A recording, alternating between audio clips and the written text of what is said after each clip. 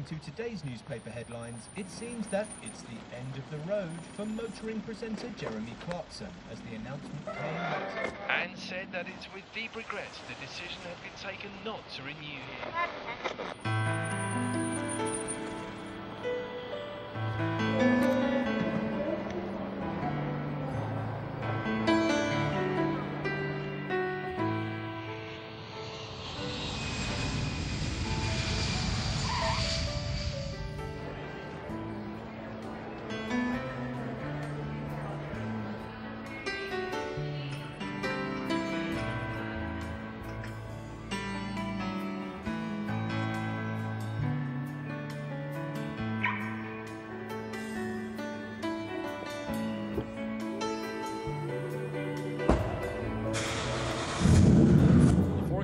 Plenty of sunshine through today with seasonal temperatures. We should reach our normal high of about 82 degrees by this afternoon.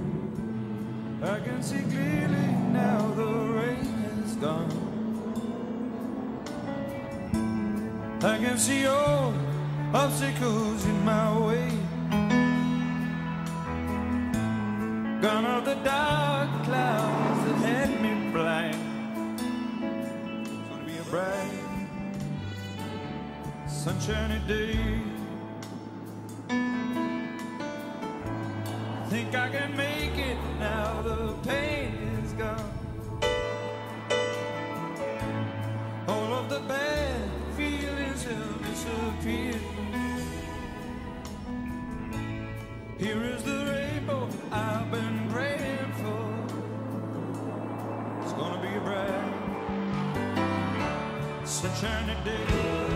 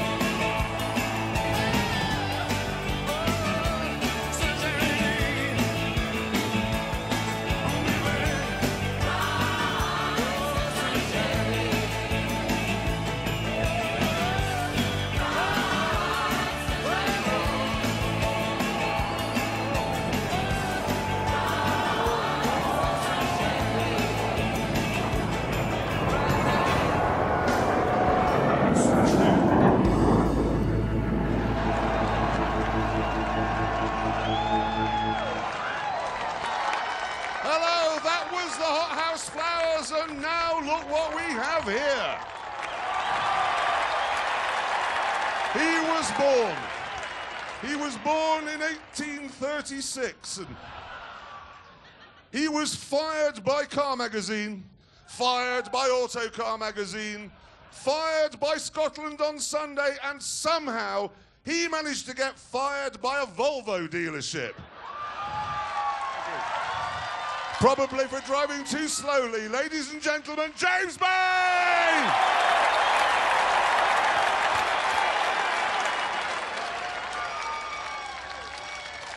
Thank you, you're very kind.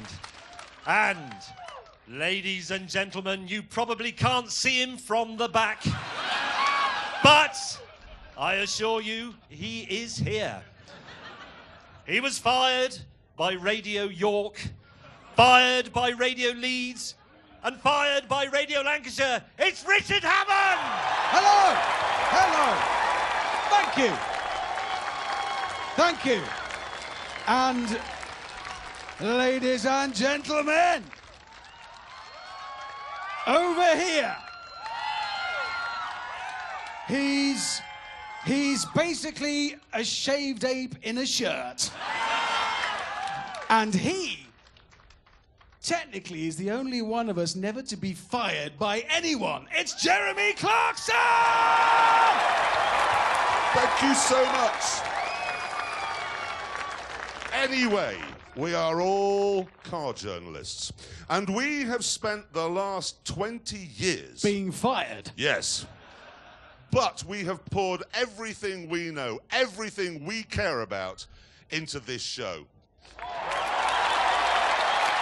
Everything. And coming up now is a small montage of what you can expect over the next 12 weeks.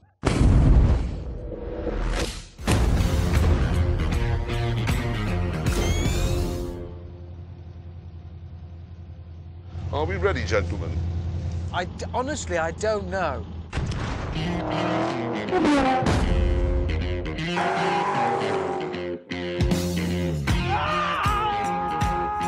Is that the size of the drop, or what's happened to his...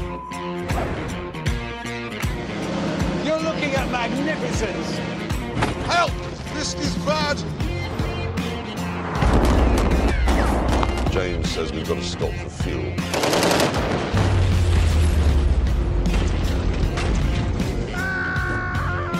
I hate you! He doesn't like it.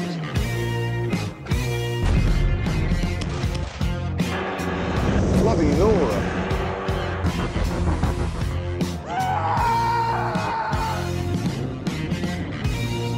Maybe leaking slightly. What a moron. You sank my limousine! I've lost one of my nose tampons! This is not a particularly cultural thing to do. I don't like the smell of tyre smoke in the evening. Oi! Get back in! James! It's falling! Fire!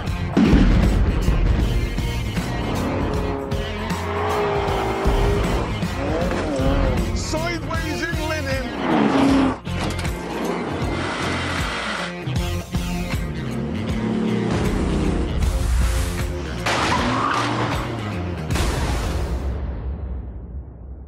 There's no dignity in that, is there? No.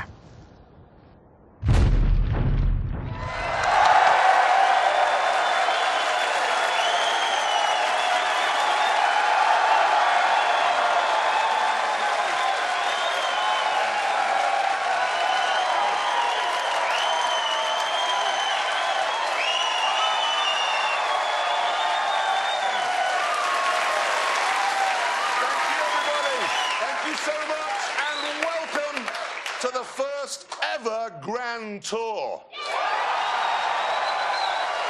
Right, couldn't be more car-y if it tried. And I'm going to prove that point because we're kicking off with this.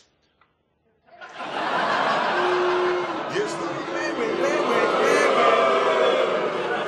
I agree. The thing is, though, various supercar makers have now taken the sort of polar bear friendly technology from a Prius, and they're now using it to create raw, naked speed.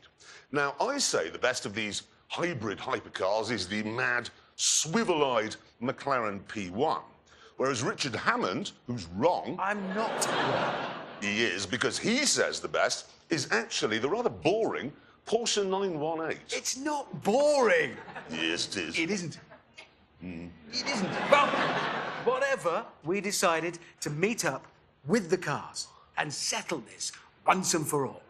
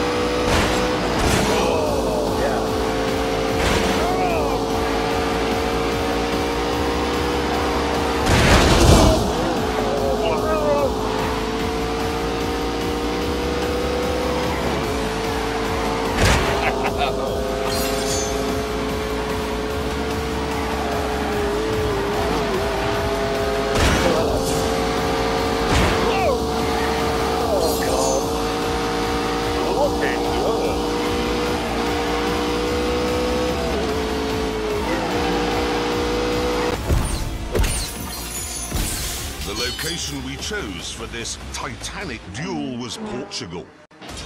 Specifically, the international racetrack of the Algarve.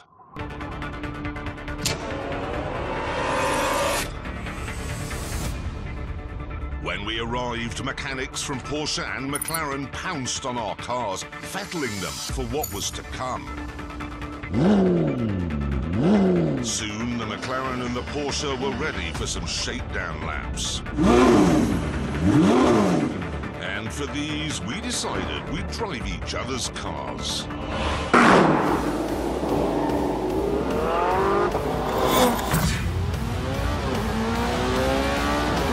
Go.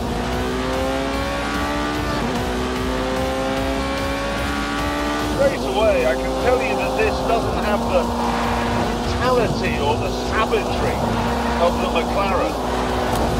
Because it has rear-wheel steering and four-wheel drive, it feels planted, it feels secure and safe. And that gives you the confidence to play about.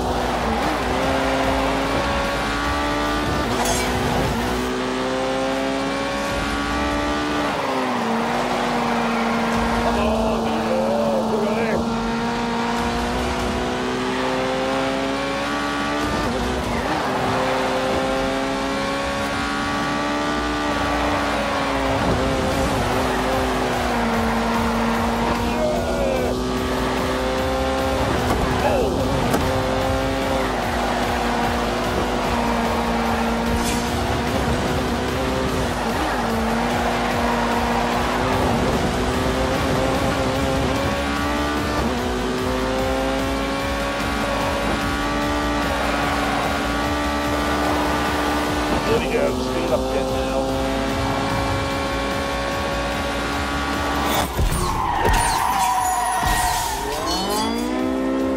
This is brilliant. Absolutely brilliant.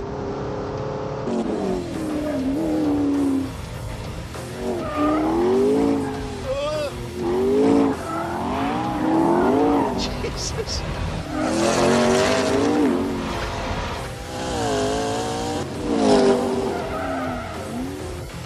This is frightening. That's what it is.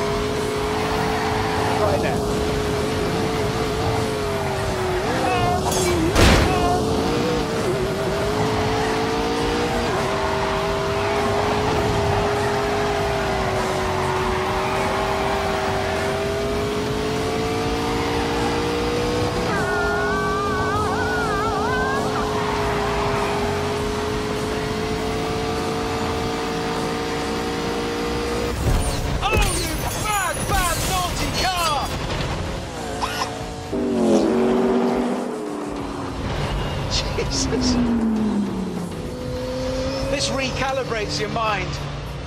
I didn't think anything could be as exciting as that Porsche, but this is. What a car. I love it. Well?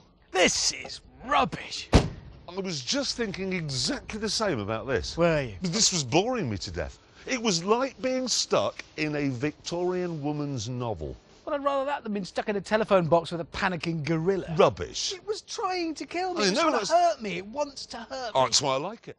Razor blade in the hands of a surgeon, sickle in the hands of a drunk peasant. Schooner of sherry, absinthe.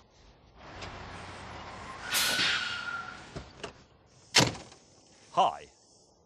What are you doing here? I am here because, gentlemen, I have in the back of that lorry something that will make your McLaren and your Porsche look like lumps of yesteryear.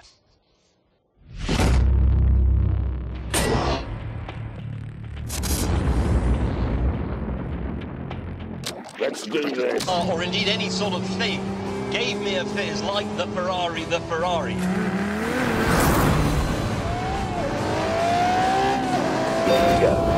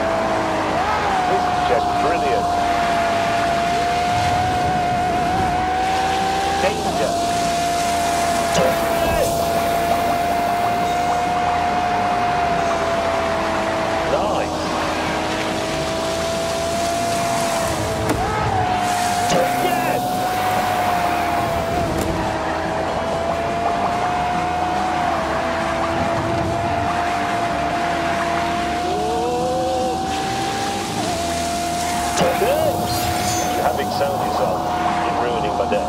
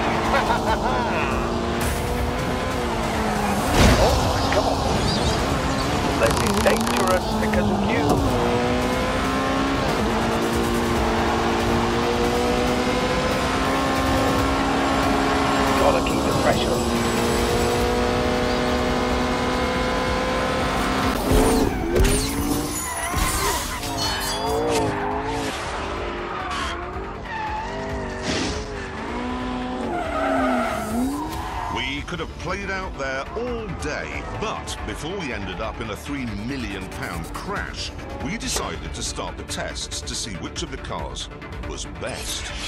I came up with the first one, mainly to annoy gatecrasher May. Let's make the first test a drag race using electrical power only. Good idea. No, it isn't a good idea. Why not? Because you can't drive the Ferrari on electrical power only. No! No, but look, of course you can't, because it's a Kerr system like a Formula One car. It's got a V12 engine and an electric motor, but they're all integrated. They work together all of the time. You can't separate them. You should have thought about that, shouldn't you? Bad planning. With James reduced to the role of onlooker, we lined up the P1 and the 918 on the start line. But then, instead of revving the petrol engines, we shut them down.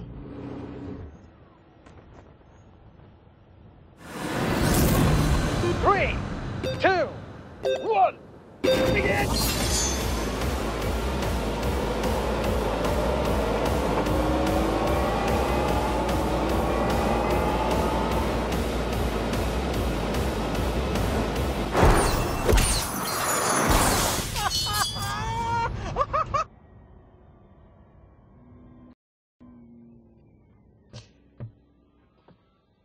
Who won that? It was me, wasn't it? Yeah, but it's not important, though, is it? Is it not? No, it's just not relevant. Right, right. In a drag race, it's irrelevant which car gets there first. Yeah, yours is the better milk float. Back in the pits, Hammond had an idea for the next test. We've got to drive to the hotel, yeah? Yeah. It's about an hour away, and it gives us a chance to see what they're like on the road. That's a good point. Real world. That is a good point. I can't do that. I can't drive the Ferrari on the road. Why? Well, it's not registered. It is, got number plates. No, that's just pretend number plates. If they register it, it becomes second-hand and they have to pay the tax. That's why it came in a lorry. So you can't drive it on the road either? Nobody can drive it. It's not road legal. Oh, no. Mate, that's... Oh, that is such a shame. It's an hour of... Oh, sorry, James. That's really a rotten bit of luck, because you've come a long way from Italy.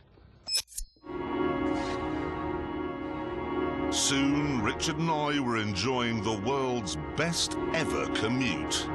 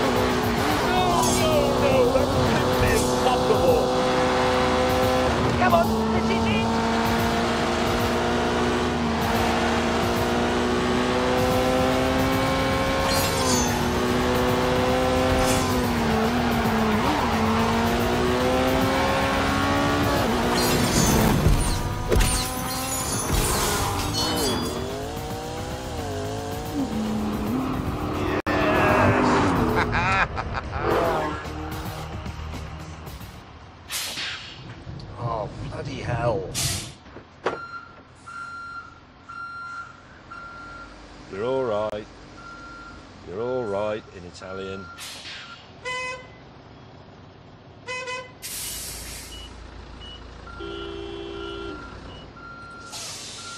Oh, God.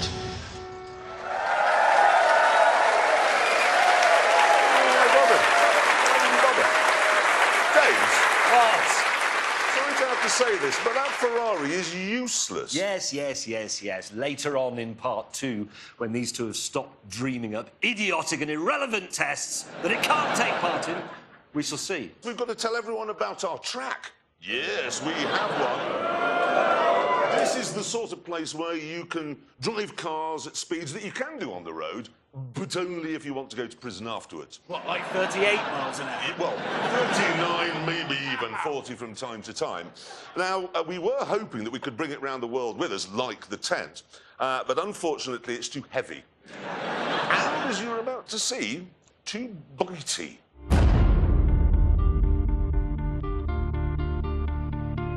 This is it. It's not a race circuit. It's not an airfield. It's not a road. What it is brilliant and fast and extremely dangerous.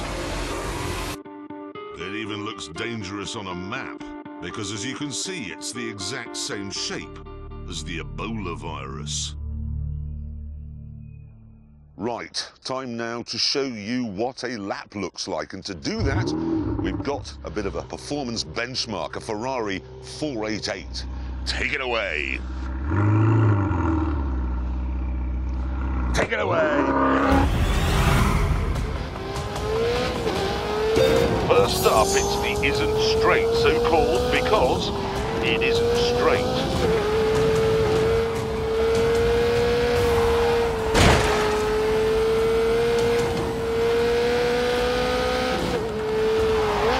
After the second right on the isn't straight, we're into your name here corner.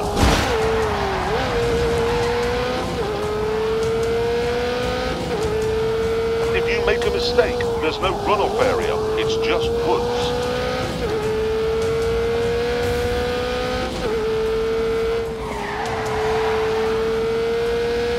We've called this section Old Lady's House because it's right next to a house where an old lady lives. Get this 90 left right, or you'll crash into a cage full of electricity. And you'll need to get the final 90 left right as well, or you'll run into a field of sheep.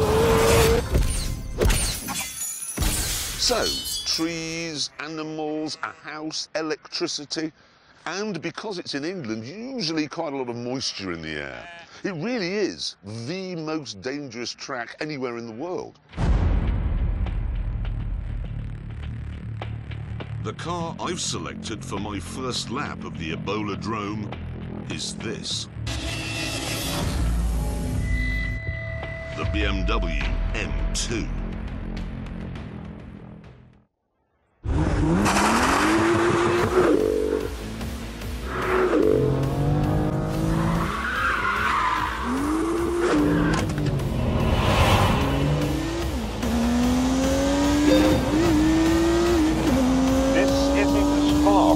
Straight line as an M3, but everywhere else it is better.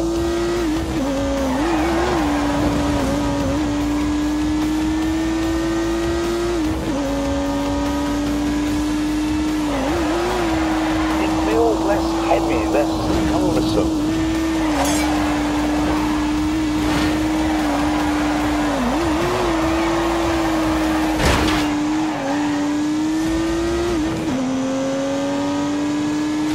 I got back onto the isn't and unleashed 365 rampaging horsepowers from the turbocharged 3-litre straight 6. Oops.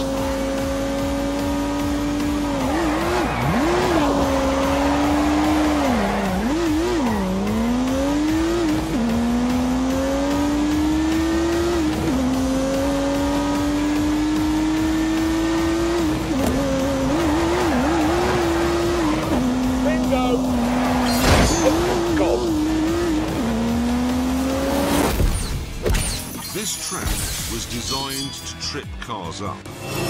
There are fast corners, slow corners, drifty corners, and bumps.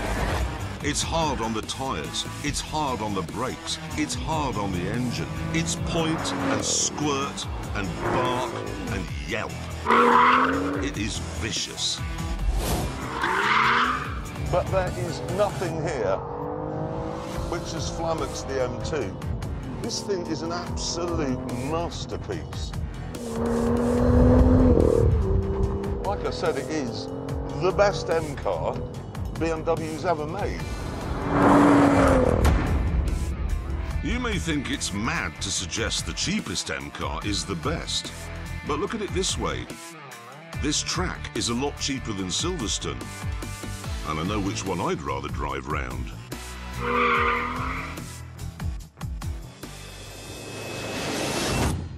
Let me get this right. At our track, Yeah. there's trees, animals, moisture, electricity, a house, and an unexploded bomb. Yeah. Like I said, it's the most dangerous track in the world. Honestly, it makes Imola look like a duvet. Yeah. It really, honestly, does. It Anyway, does. all the cars that we test at the Ebola-drome will do a timed lap. And to make sure it's a completely level playing field, they will all be driven by the same racing driver.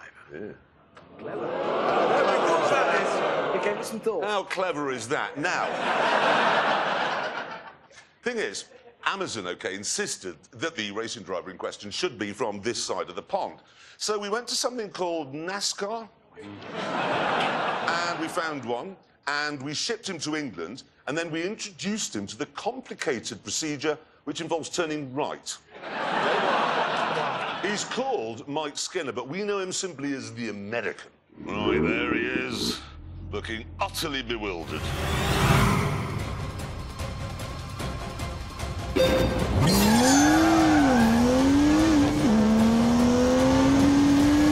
Face skitter of a wheel spin, and immediately he's onto the isn't straight.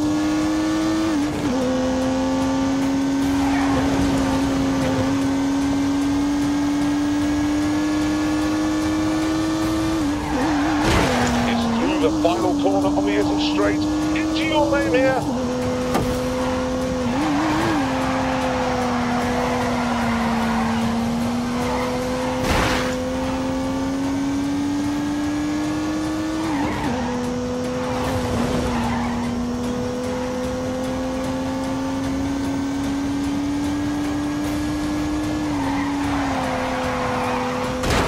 Okay, coming up to old lady's house.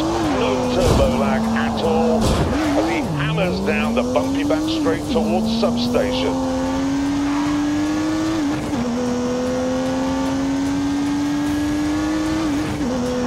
One more 90 left to go through field of sheep.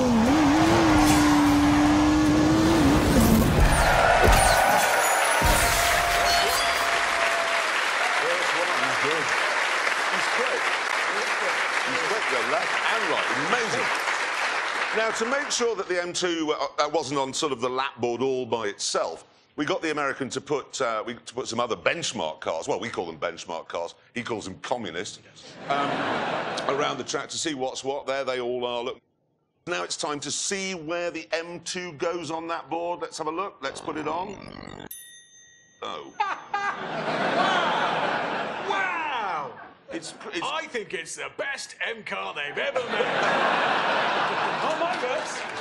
Yeah, look. I prefer it to all the others that are quicker than it. Yes, it's got It's definitely the one you should have if you want one that's slower than all the other M cars. It's better. It's only it's quicker than a Civic. Yeah. Slower than... If you had a choice of M cars, if you lined them all up and said, I'd like the fastest, it wouldn't be that one. Shut up. Better in every single way. Stop saying You said that. I don't care what... Have you driven one? You know what? It's a amazing. fabulous car. You've driven one. It's a brilliant car. It really honestly is. This week we are trying to find out which of the new breed of hybrid hypercars is the best. Yes, on day one at the track in Portugal, we established that the McLaren P1 is a mentalist, that the Porsche 918 is very good milk float, and that the Ferrari can do nothing at all. Some of that is true. But now, day two.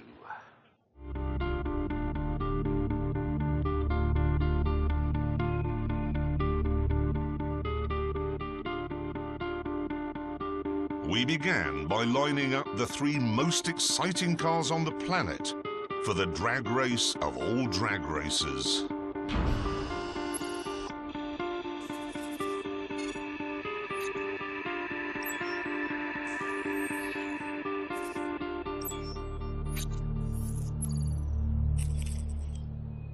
Naturally, this meant engaging launch control, which in the McLaren takes about a fortnight.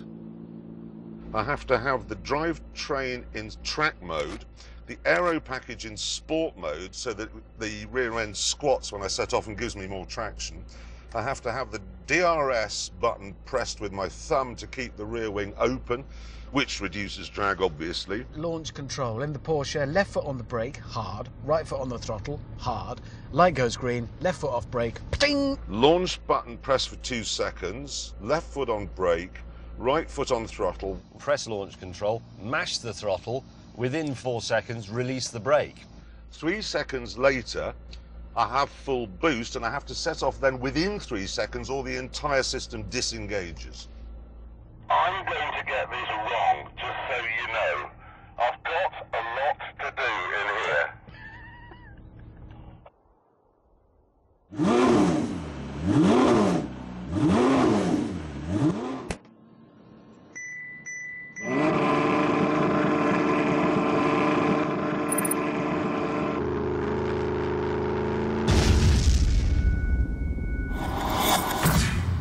Three, 2, 1, go!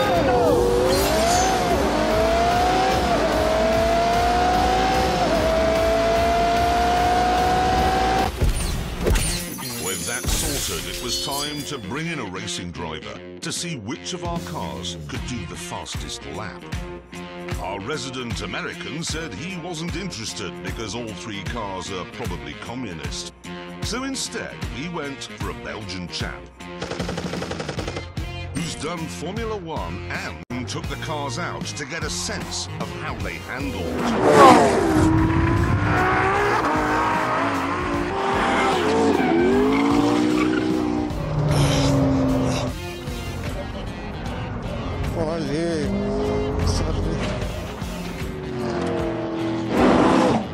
And when he'd finished, we were interested to hear his professional opinion.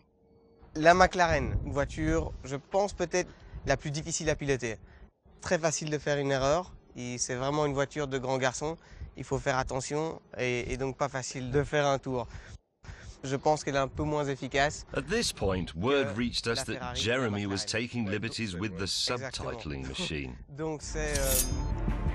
So we moved on to the big event, the timed laps.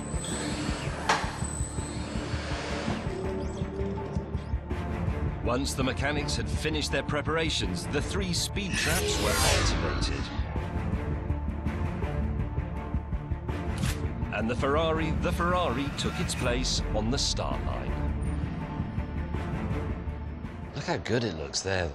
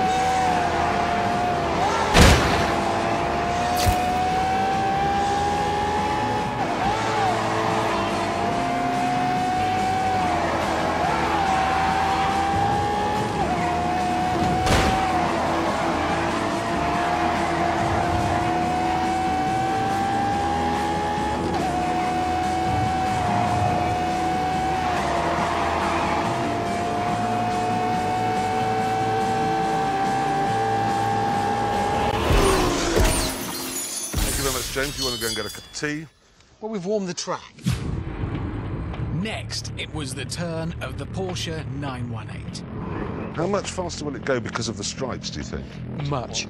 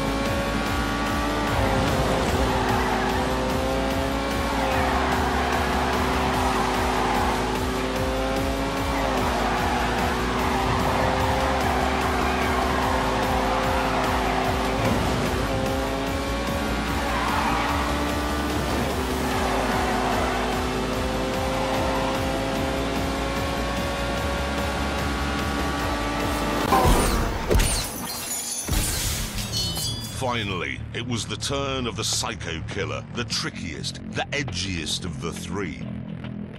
But I was so confident it'd win, I was prepared to take a massive gamble. If the McLaren isn't the fastest, you two can knock my house down. What? Knock it down. What, your house? Yeah, and I mean that.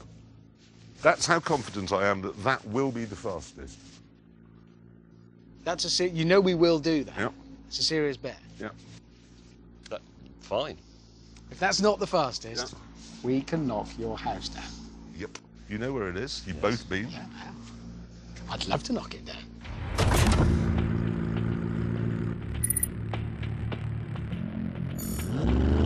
Here we go. A lot riding on this.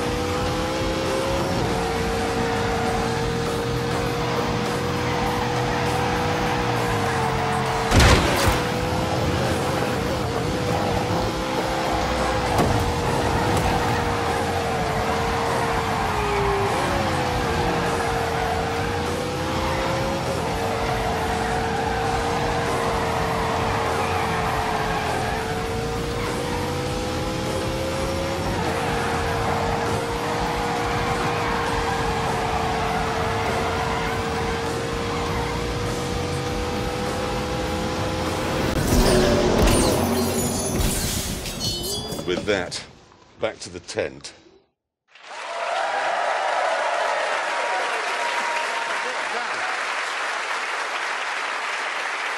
Thank you so much. Now, I want to make it absolutely plain, because I know this matters to anoraks. All three cars were running on exactly the same sort of tyres. Yes, same tyres, same track, same driver. So the times are down to the cars. Yeah. Yep, and now it is time to reveal those times. And let me just make it absolutely clear. We don't know what they are.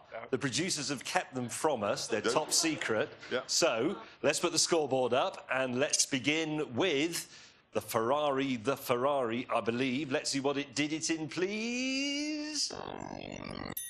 154.4. We don't know if that's any good, do we? But...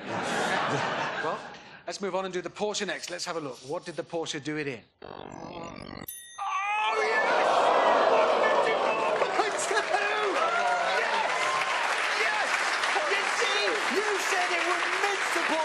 And it didn't mince it, it was slower than the Porsche. I told you, it's just a melon ball. It's slower than my car, which was faster than your car. Yeah, it's 0.2 of a second, and it looks better. Yeah, it did. In my mirror, where it belongs, getting smaller. It's a melon ball, and it lost. Hammond, what? Calm down. All right. Because now we must bring up the time that really matters. Yeah.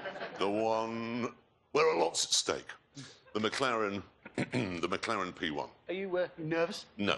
Sure. No. A little bit? No, I'm not nervous. Why be nervous? Because you could get like a shopping trolley and keep all your things in it. Move around, make some new friends under a bridge somewhere. Hammond. I'd say sell your body. Don't do that. Be quiet. Let's bring up the time of the P1. Here we go. Oh, God. Where is it?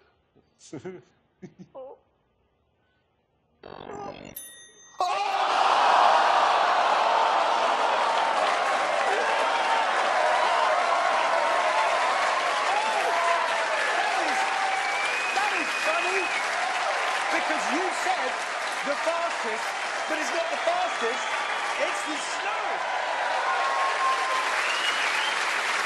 Yeah. And on that terrible disappointment, I'm afraid it's time to end.